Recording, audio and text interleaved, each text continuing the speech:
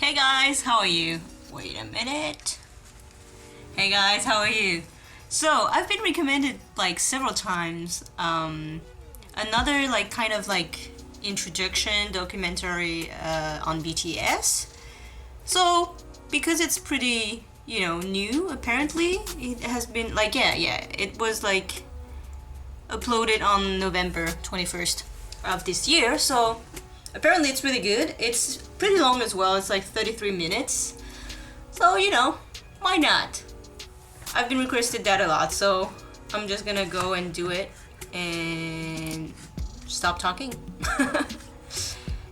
Screen record. Alright. Well, let's go. This is made by The Asian Theory.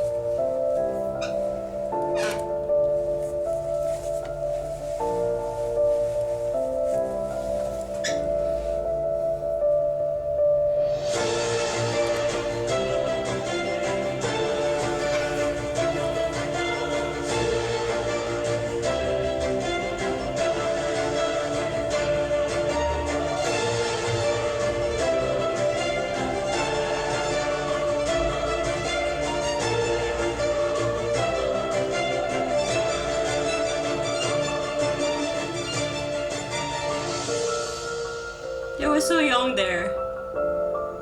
Little bad boys.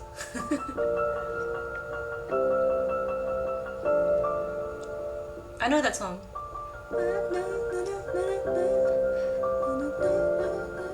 Oh, it's Fake Love. By the way, sorry.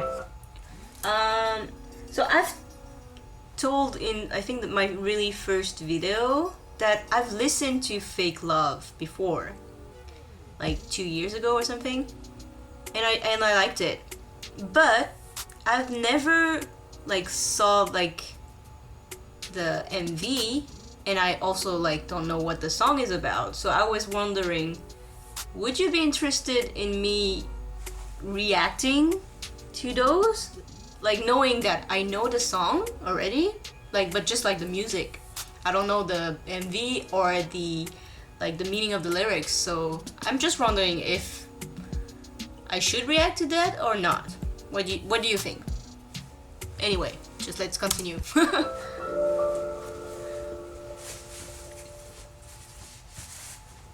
Today, everyone knows the name of BTS. They've been invited onto late night talk shows, they've shattered records, they've sold out stadiums, they've made it onto the big screen. These days, you'd be hard-pressed to find someone who didn't know who these guys were, or at least haven't heard one of their songs. And if they don't, either they've been living under a rock, or they're 100 years old. The success of the Bangtan Boys is worldwide, but it wasn't always like this.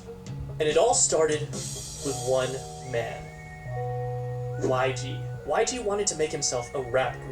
In the late 90s, he experimented with this idea with different trainees, eventually choosing 7 members. And while 3 of them eventually left, the remaining 4, Taehyung, Danny, Jinhwan, and Baekhyun, debuted in 1998 as One Time. Their first album, titled One for Your Mind, was one of the year's best-selling albums and won several awards, including the Global Disc and SBS Music Awards for Best New Artist and KMTV's award for Best So Hip-Hop pixelated. Artist. The group enjoyed moderate success videos. and released 4 more albums before going on indefinite hiatus in 2006 due to the mandatory military service. The year was 2010, and the 5-year-old company... Also, sorry, did any of the BTS members already did like their army thing? Because I know it's like a mandatory thing in Korea, so I wonder if any of them have like done that already, or if someday we'll see someone living for like a period of like I don't know what time is it's going on, but like yeah, please tell me. Big Hit Entertainment had previously signed 2 artists, 88 and 2AM. They had their share of successes, but they were very traditional K-pop groups. Big Hit wanted a fresh, new sound, and upon listening to One Time, CEO Hitman Ban Si-hyo had decided that that was the sound that he was looking for. And on top of that, the youth needed someone to relate to, and more importantly, look up to. He had decided he would create a hip-hop group.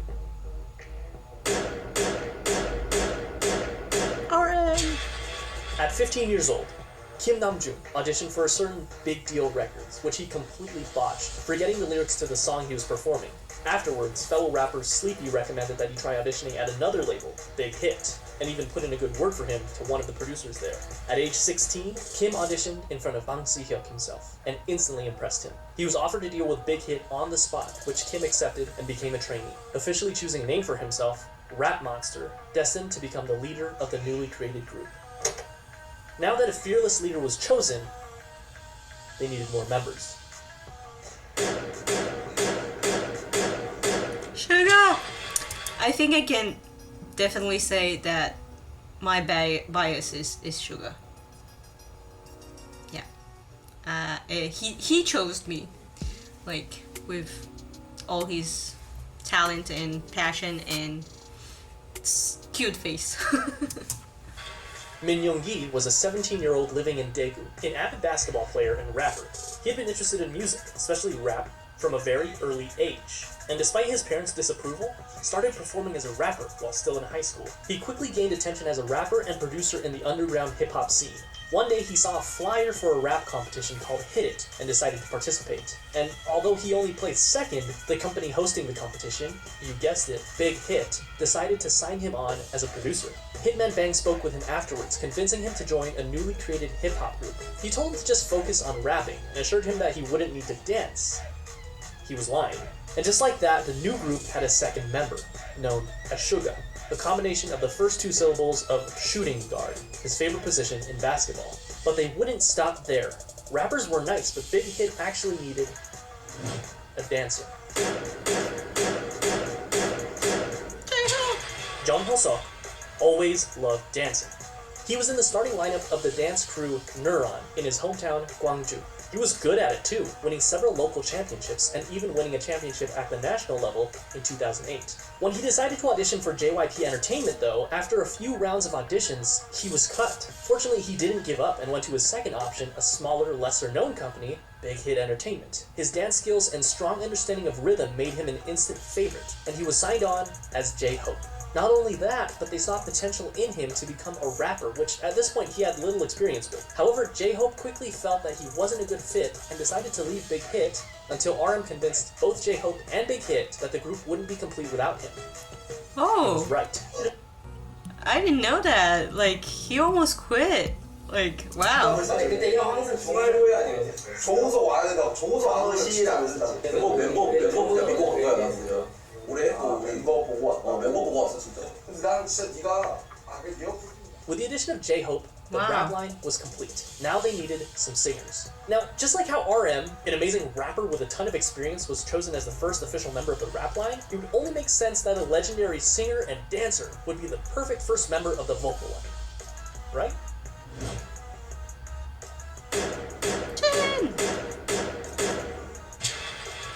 But Kim Seok-jin didn't have any sort of experience like that. Believe it or not, one day when he was walking on the streets of his hometown, Anyang, he was approached by a representative of SM Entertainment with an offer to work for the company. In typical Jin fashion, he never followed up with it because he believed it to be a scam. Apparently, Jin was a very good-looking guy because years later, this time as a college student in Seoul, he was once again approached on the street. This time by an executive at Big Hit Entertainment. He is good-looking, so makes sense. But that's, yeah, it must be weird, like, of course you would think it's a scam, like, random people, like, coming at you and be like, hey, have you ever considered being a K-pop star? Like, you'd be like, no, or just being like, yes, but, you know, you seem fishy? Yeah, it must be weird to just come up to someone, like, random and just say that. He didn't sing, he didn't dance. He was at school to become an actor, and he decided to audition to become an actor. Big Hit, however, had different plans for him, and convinced him to become a vocalist for their new group. To do so, he literally learned to dance and sing starting from zero, but thankfully, not without... See? You can do anything if you put your mind into it. Without help. It's never too late.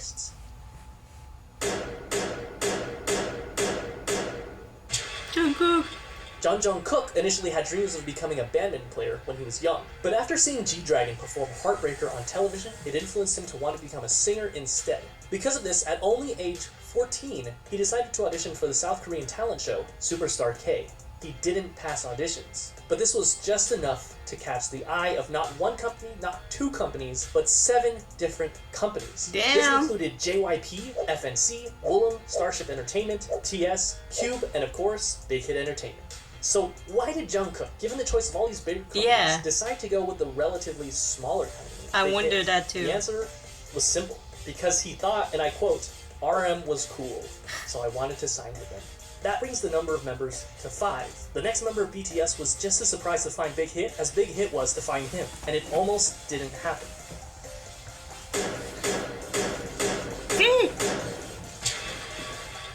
Kim Taehyung was always passionate about music, and it was always his dream to pursue it as a career. However, it was hard, as his family was poor, his parents being humble farmers. His father told him that if he was passionate about music, he should learn an instrument, and he did, spending 3 years practicing with a saxophone. One day, one of his friends decided to audition for Big Hit Entertainment when they were holding auditions in his hometown of Daegu. Taehyung, being a good friend, came with him to keep him company. But when one of the team members in charge of the audition saw Taehyung, he encouraged him to audition as well.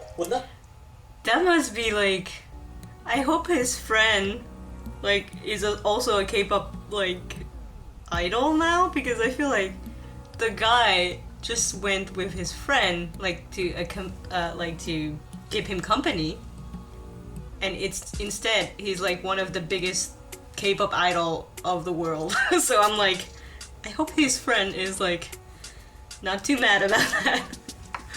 With nothing to lose, he did. That day, he was the only one in Daegu to move on to the next round of auditions, and eventually became a trainee for Big Hit Entertainment. Okay, they so decided to keep him as a surprise member, his and didn't want to reveal him as one of the members until his debut. Feel bad for him. Big Hit had him choose something mysterious for his stage name. He decided to go with V for victory. Here seems like a nice round number to stop, right?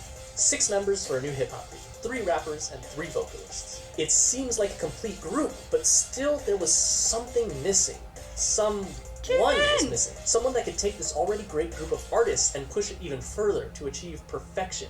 A powerhouse. Someone so naturally talented that they could stand out in a room full of already talented artists. This project that Big Hit had embarked upon needed a capstone. I love his dancing so much. Park Jimin was a naturally talented dancer. When he was in middle school, he attended a dance academy and continued to pursue dance at Busan High School of Arts, where he studied contemporary dance and was the top student in the whole modern dance department. Impressed by his raw talent, a teacher encouraged him to audition for Big Hit contemporary dance. Who were holding auditions in Busan. He was only 16 when he passed the audition and moved to Seoul to become a trainee. He was the final member of the group, and he also had the shortest training period. What's interesting to note is that the group feels very much ragtag because, in a sense, with the exception of Jimin, it was. RM and J-Hope only auditioned for Big Hit because they didn't pass their auditions with the first company they chose. And despite their amazing talent, Suga and Jungkook didn't win the competitions they were in, but they signed on to Big Hit after the fact because of their high-quality performances. V never even planned on auditioning and just decided to do it on a whim. And they literally just found Jin on the streets. But perhaps it was fate, because this was the group that they chose. And just like that, in 2012, the newly created 방탄소년단, the Bulletproof Boy Scouts, or simply BTS, was 7. 저도 아침에 리허설 때 이거 보고 많이 웃었습니다.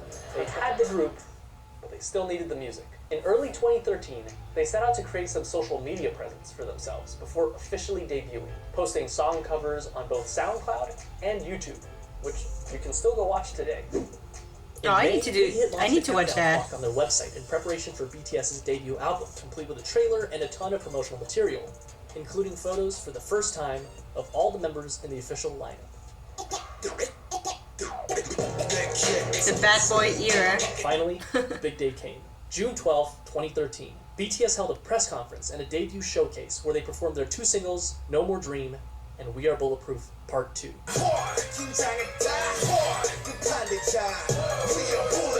The same day, the Too Cool for School album, as well as the music video for No More Dream, were released. The very next day, BTS performed the song again on their official debut stage on Mnet's M Countdown. This was the world's first taste of BTS. Commercially, the album didn't do extraordinarily well. The lead single, No More Dream, peaked at 124 in Korea, and the album sold only 24,000 copies during its first year. Bulletproof Part 2 didn't even chart. The first year wasn't all that great for BTS, but despite everything, people saw them. People saw the sparkle in their eyes and their limitless potential. And they were hot, of course. On July 9th, ARMY was established as BTS's official fandom. They made their comeback only 2 months later in September when they released their single No, along with their EP, part 2 of what would be their school trilogy, Oh, Are You Late Too? In the music video for the single, they made a commentary on the harsh Korean education system, along with their previous themes of hopes and dreams. I want to watch that one at too. 92 in Korea, but also quickly fell off the charts. The album debuted at number 4 on the Gaon Weekly chart and was the 55th best-selling album in South Korea that year. This was enough to secure them the coveted New Artist of the Year award at the Melon Music Awards, the Golden Disc Awards, and the Seoul Music Awards. Part 3 of the School Trilogy was released in February of 2014, the EP School Love Affair. This time, the lead single was Boy in Love.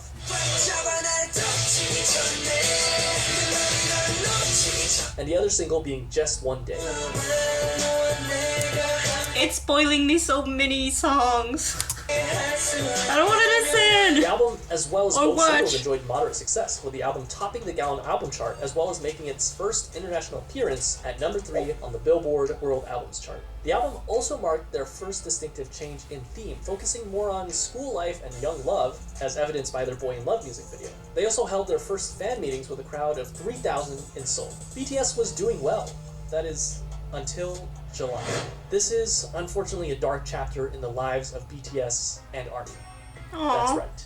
American Hustle Life. I'm joking, of course, but American Hustle Life was a reality show put together by Mnet that brought BTS to Los Angeles, where they had the unique opportunity to learn the true ways of hip-hop from the masters. And that's cool. It was a pretty darn cringy opportunity, but an opportunity nonetheless. Whatever you do, just don't watch the Warren G version of Boy in Love. You've been warned. However, cringe and all, the trip proved fruitful for BTS, making connections, performing their first US concert for free in front of 200 fans, as well as their first appearance at K-Con. The next month, in August, BTS released their first full-length studio album, Dark and Wild. The album featured 2 singles, Danger I love Danger. and War of Hormones. Me too. I don't want to hear. The album featured a Sorry. marked shift in sound with a touch I of just R&B want to and not spoil electronic. myself. It was met with moderate success. It Because- peaked at number 2 in Korea, It's on my list of like things to watch and react, so I'm like, nah.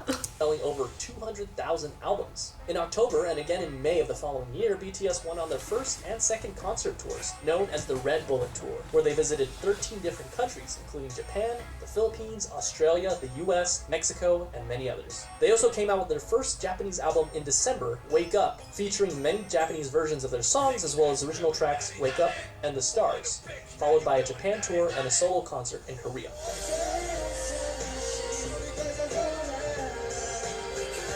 Although Dark and Wild got decent attention, they needed something different. They needed something that would shake things up.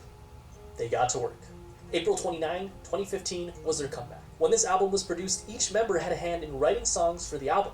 They again changed their sound, from aggressive hip-hop to youthful, colorful styles. And not only their sound, but their image as well. This can be evidenced by their newest EP, The Most Beautiful Moment in Life. And just by looking at the album cover, they ditched the dark colors and the bulletproof vest symbol that had become so synonymous with BTS, and replaced it with a simple white and pink background overlaid with the title. And then, they dropped the single that would change everything.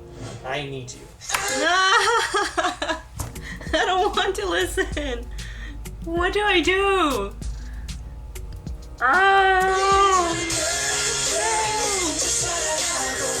It was sentimental. It was hopeful. It was Okay, new. it was short. Just by looking at the music Sorry. video, you can see that BTS has also ditched their punk bad boy image and replaced it with a more real, vulnerable, down-to-earth, and youthful feel. This proved to be the change that BTS needed for mainstream success. Billboard called it one of the greatest K-pop songs of the decade. It charted at number 5 in Korea, and even led them to their first music show win on SBS MTV's The Show.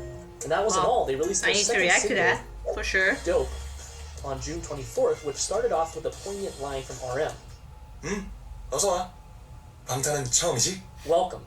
Is this your first time with BTS? And you know what? For a lot of people, It was. it was. In a way, their first studio album and tour can be seen as their stepping stone between old school BTS and new school. In November, they came back with their follow-up EP, The Most Beautiful Moment in Life, Part 2, the second EP in what would be dubbed the Youth Trilogy, which featured the single Run.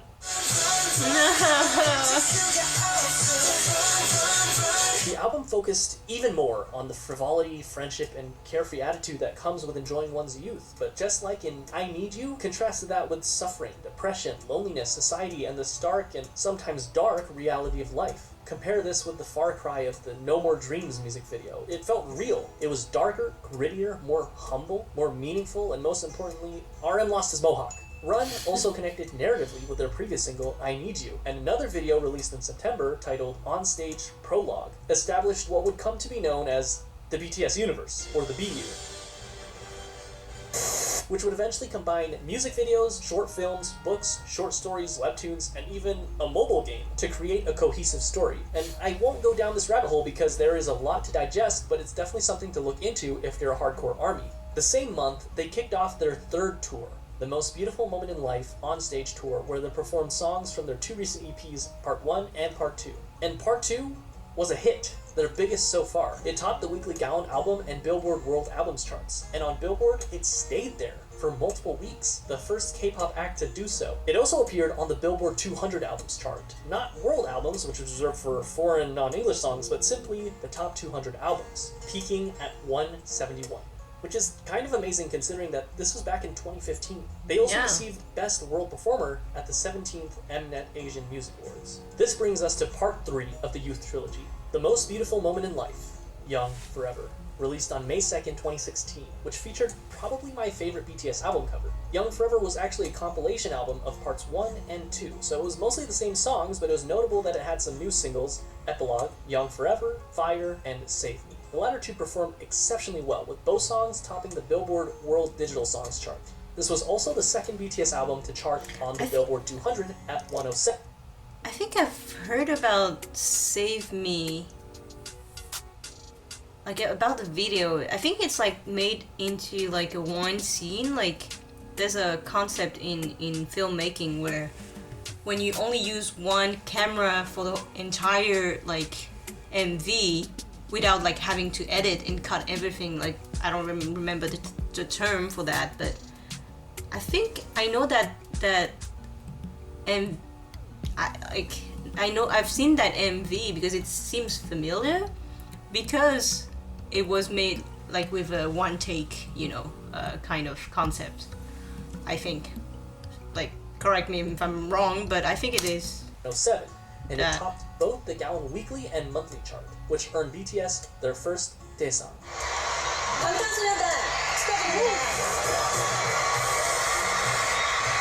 Album of the Year at the 8th Melon Music Awards. They went on to do the second half of their tour, The Most Beautiful Moment in Life On Stage Epilogue, selling out many of their concerts and even selling out KCON in the US, where they headlined the event. In September, they dropped their second Japanese album, Youth, featuring Japanese versions of tracks from the previous 3 EPs.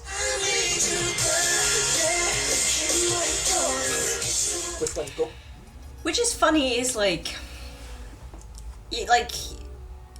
so as you know, maybe, I don't know, if you watch my other videos, I used to live in Japan. I love Japanese music and everything, but somehow when it comes to K-pop and like the artist making a Japanese version of their songs, I don't really like it as much as the Korean one.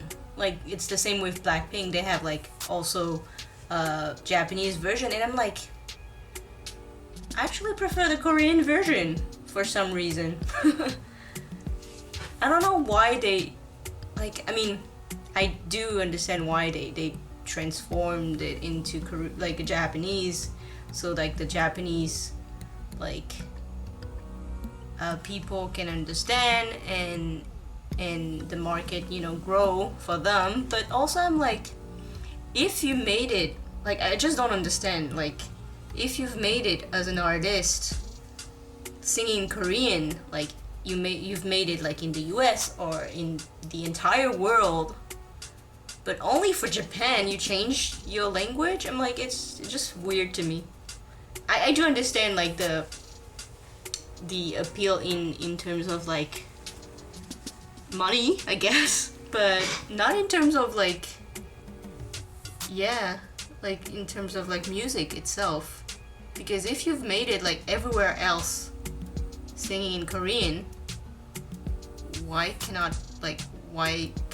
can't you do it like the same in Japan, you know? But well, anyway, might have some history more deep than that, but well. Went gold and peaked at #1 on Japanese charts. And only a month later, in October of 2016, it happened. BTS dropped their second studio album, Wings. It sold over 500,000 copies in its first week. In comparison, The Most Beautiful Moment in Life Part 1, released just the previous year, which topped the Gaon chart, sold about 500,000 in its entire lifetime. Wings was big, but the true showstopper was its lead single, Blood, Sweat, and Tears. That's a good one. Which got them their first all-kill, topping 8 music charts in South Korea. Its music video gained 6 million views in the first 24 hours, which broke the YouTube record for the highest number of views of a K-pop group music video within 24 hours. The album hit number 26 on the Billboard 200, the highest ever charting K-pop album on Billboard. They ended up selling 1.5 million copies in South Korea in 2016 alone, and it netted them the Artist of the Year award at the Eminent Asian Music Awards that same year, the first non-Big 3 artist ever to receive that award. 수상자는 방탄소년단.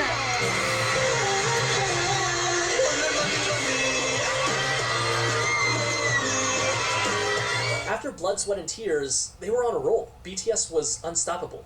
In February of 2017, they released the instant hit Spring Day, which, quoting a Korean reviewer, embodied nostalgia and sorrow and opened a new chapter in BTS's aesthetics and lyricism and attracted fans across generational boundaries. Which, by the way, is still on Korean charts after nearly 4 years, and the same day I'm writing this, it ranked number 53 on Melon. It won Song of the Year at the 9th Melon Music Awards. Listen to that one as well. Spring Day, they So went many on things. yet another tour, the 2017 BTS Live Trilogy, Episode 3, The Wings Tour. The tickets sold out within minutes, including in the United States, the first K-pop artist to do so, and went on to win Best Social Artist at the Billboard Music Awards. Everyone is the whipped first for a Korean BTS. artist, but they would go on to win this award 4 years in a row. The next year was a period of massive growth for both the group's popularity as well as their style. They released the Love Yourself series, starting with Love Yourself Her in September of 2017, Love Yourself Tear in May of 2018, and Love Yourself Answer in August of 2018.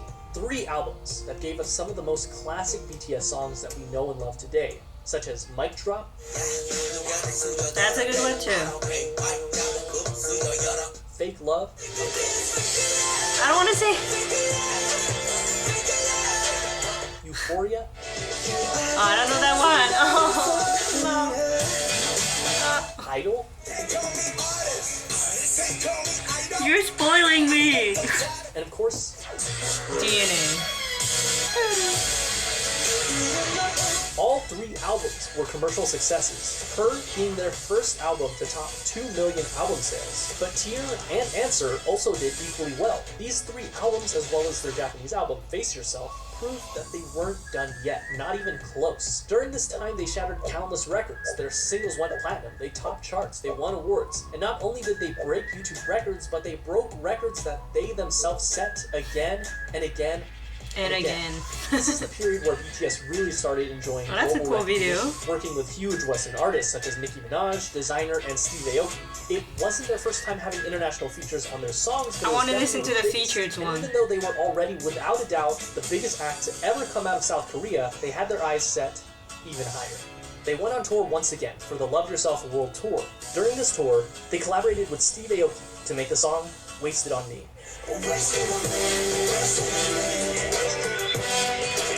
Notable for being their first all-English feature, and it also served as a jumping-off point for BTS to gain a following of English speakers. Not that they really needed the help, as they sold out concerts even in the US leg of the tour, including at Citi Field in Queens, New York, where tickets sold out in 20 minutes.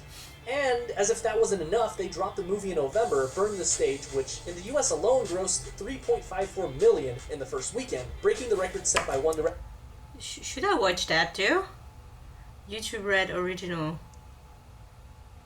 Is it like you have to pay for to watch it? This Is Us. I can pay for it. RM had the unique opportunity to speak at the United Nations, where he spoke of anti-violence and self-love. 2 years later, he would be offered to speak on a second occasion about persistence and hope in the face of challenges. And to top it all off, in October, the president of South Korea awarded every member of BTS the 5th class Hwangwon Order of Cultural Merit for outstanding meritorious services in the field of culture and art, which is one of the highest South Korean orders of merit one can receive. And that's no exaggeration. 2019 estimates put BTS's contribution to the South Korean economy to the tune of $4.65 billion each year. That's a lot. To 0.3% of the country's GDP. They were the youngest to ever receive the honor. 2019, BTS invited to the Grammys, Time Magazine, Billboard. BTS entered a new era. Not an era of simply global recognition, but global dominance.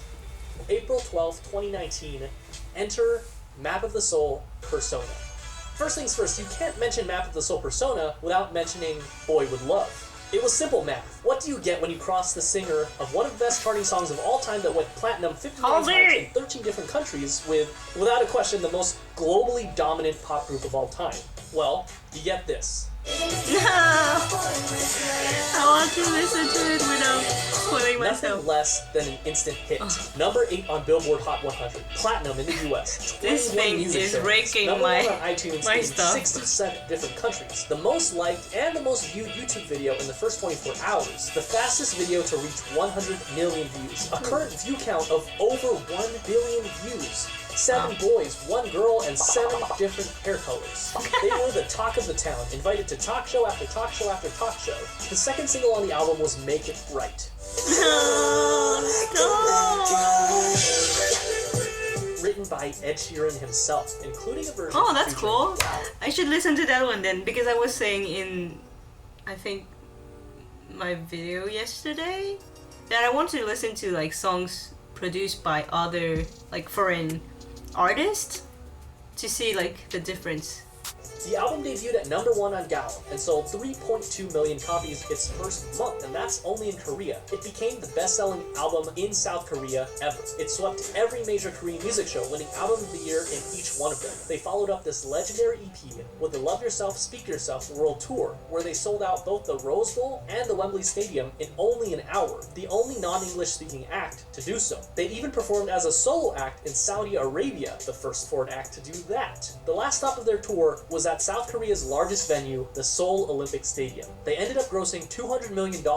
During this time, they also created a visual novel-style game for mobile devices called BTS World, where the player can interact with the members. This also came with an original soundtrack with tracks unique to the game, featuring Western artists. Zara Larsson, Charlie XCX, and Juice WRLD for the tracks A Brand New Day, Dream Glow, and All Night, respectively. In December of 2019, the group swept the grand prizes for both the Melon and Mnet Music Award shows, the first artist to do that. Map of the Soul Persona was legendary, truly a marvel in modern music.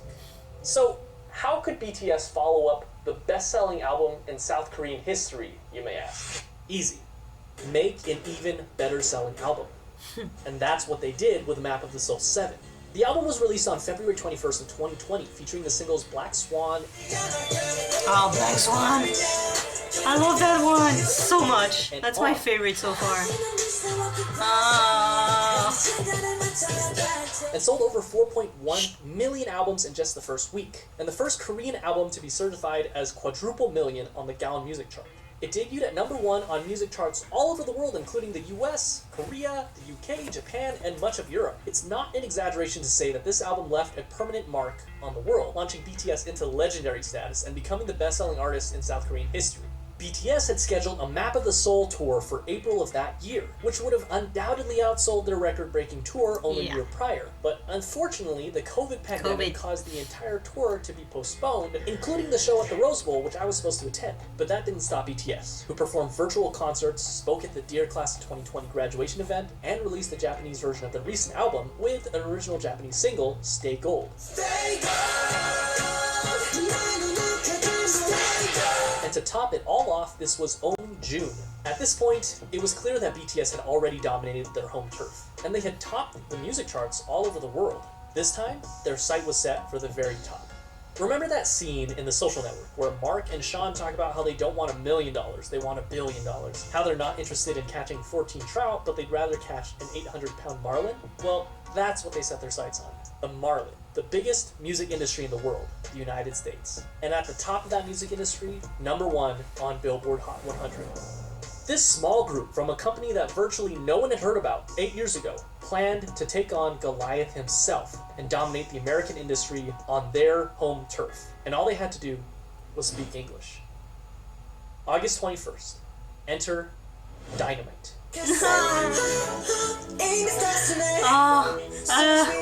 Their first and only English single so far, simultaneously performed better than I want the same haircut, but at the same like time is Jungkook had. exactly what we as an audience had come to expect from the legendary boy band themselves. And they did it. They reached #1 on the US Billboard Hot 100, the Global 200, and the Global Excluding US chart. And they made sure that if you hadn't heard of them before, you definitely have now. And if that wasn't already the biggest flex, on October 2nd they came out with Savage Love BTS Remix with Jason Derulo. Is that? Getting #1 on the Billboard Hot 100 again, Is less that than 2 the? months after already getting Damn. #1 on Dynamite, and on the Global 200, where they actually replaced themselves at #1, the first artist to do so ever. So what makes BTS so special? How did they achieve all this? K-pop is a genre that spans for at least 30 years, and there have been hundreds of boy talented. groups and hundreds of girl groups. What did BTS do to rise above all of them and break through to markets never before seen? Historically, the boy band industry has been dominated by white English-speaking bands. And the True. fact that BTS has not only held their own, but blew any sign of competition out of the water on a global scale can be attributed to nothing less than their talent, hard work, and a bit of a 1 in a million miracle. They did it through their own blood, sweat, and tears, so to speak. Around the world, we see that boy bands have pretty much fallen into obscurity, but BTS is thriving. And though I've stated this all before, it's worth saying again, in contrast to other bands who would sing about romantic relationships with girls and what some would call predictable bubblegum pop tunes, BTS is continuously pushing the envelope and changing their styles. According to an article by Vulture.com, they described this style as much less a successor of the Backstreet Boys and more of the successors of Michael Jackson, whose choreography and charisma were unprecedented. While of course there's a lot of love for the angelic vocals of BTS, rap has also played a very important part in creating their own style. In stark contrast to the typical boy band where every member sings, it's so refreshing when you're in the middle of a song and you hear RM's raw rapping skills, J-Hope's energy, or Suga's soul put into every single line. Interestingly enough, at the first glance it seems that the success of BTS was miraculous, despite not being part of the Big Three, but it can also be argued that their success was because of their separation from the Big Three. Their label, Big Hit Entertainment, whose founder emphasizes artistic freedom more than anything else, That's allowed true, them though. to make their own sound. And going back to BTS universe, it's not often that a K-pop group does something special with each of their songs and albums, utilizing strong storytelling that can go beyond simply the song itself, but rather interconnected with other songs and even other albums to create one large overarching story. And not only do they all have their own expertise in performance, but also each of them have had the experience of writing and producing their own music, and they're not afraid to let their style evolve over time. BTS during their debut is such a far cry from Wings era BTS and current day BTS. They also chose to tackle more adult issues instead of simply love and girls. While they definitely didn't have a shortage of those, they also cover other very important issues such as mental health, regret, following your dreams, hard work, self-love, and many,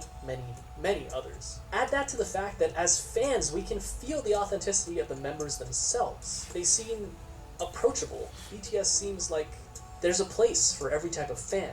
And in this fast-paced That world was where close. things change at unthinkable speeds, BTS has stayed grounded and faithful to who they were and who they are. Those kids we saw on American Hustle Life, along with their dreams and passions, are the same men who stand before us today. And while some artists like to keep their personal lives private, BTS gives us a look at their personal lives through their vlogs, which allows us to become more that was connected to them than ever In before. Paris.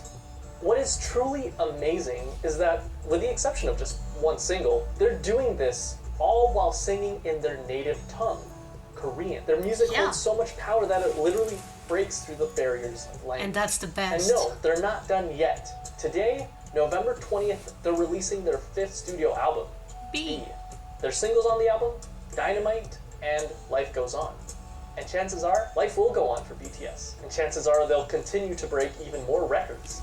They've shown that they're capable of dominating music charts across the world and even reaching across the Pacific Ocean and conquering the music industry in the United States. What's next for them? Mars? In any case, they've only started in 2013 and BTS is as strong as it's ever been. As far as we know, they will only continue to light it up like a dynamite.